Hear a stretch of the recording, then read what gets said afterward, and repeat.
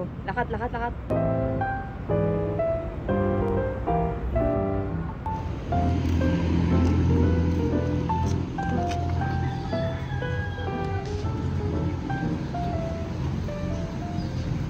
Uy, Mari!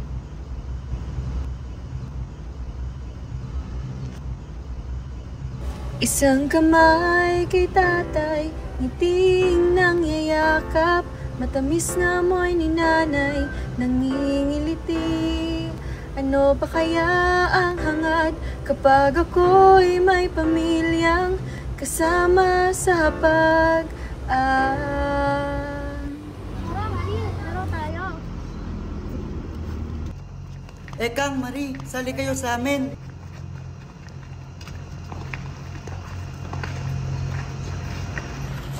Hala, si Mari! Diba, tawagan natin si Miss Reyes. Miss Reyes! Miss Reyes! Miss Reyes! Miss Reyes! Oh, anong problema? Si Marie po, biglang nahilo. Ha? Opo, doon sa labas. Tara! Si Mari! Naku, umuulan na. Ipasok na lang natin siya sa loob. Tulungan niyo ako.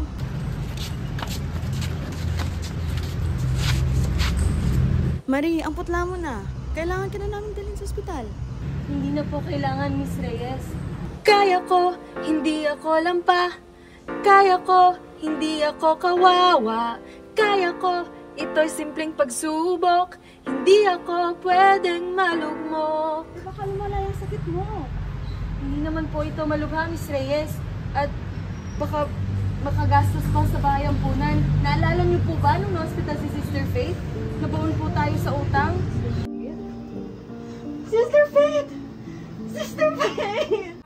Mga anak, nagtipon-tipon tayo ngayon dito para tulungan at kumbinsihin si Marie na magpa-check up sa doktor. Ayaw niya kasing magpa-check up dahil ayaw niya nang gumastos yung bahay ampunan. Kung sasabihan natin si Marie na magpakonsulta sa doktor, edi baka sa gayon malalaman natin paano siya matutulungan na maagapan ang kanyang nararamdaman. Mas mabuti siguro kung papagaanin natin yung kanyang nararamdaman tungkol sa proseso.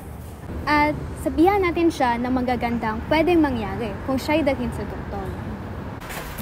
Marie, naiintindihan namin kung bakit ayaw mo magpa-hospital. Pero kailangan mo ito para hindi na maulit yung nangyari sa iyo.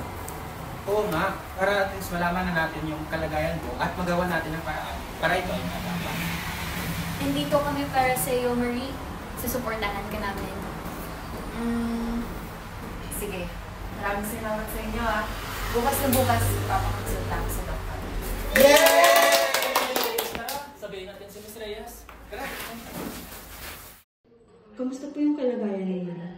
Miss Reyes, Marie, makinig ko kayo sa akin Base ko sa test results na nakuha ko kay Marie, siya po ay may ALL kundi acute lymphoblastic leukemia.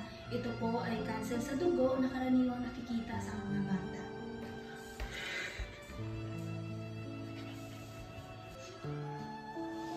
So, ano po pwede namin gawin? Sa ngayon po, Miss Reyes, ang pwede po natin gawin para kay Marie ay pwede po tayong mag-chemotherapy o kaya bone marrow transplant o pwede namang immunotherapy. Pero kailangan ko kayong balaan na ito po ay isang mahabang labanan at kailangan po ready kayong magsuporta kay Marie kasi po hindi niya to makakayang siya lang mag-isa. Marie, kain na ng gulay. Ayoko! Sige na, Marie. Ayoko nga Umalis na kayo! Pabigat na naman ako sa inyo Hawak kamay, ika'y iaangat, sa ginhawa at hirap may kakbay. Marie, hindi ka namin susukuan. Magkaiba man ang ating dugo, pamilya pa rin tayo. Saan ba kasi to, Ekang? Dito na. Surprise! Birthday to you. Happy birthday to you. Happy birthday, happy birthday. Happy birthday to you.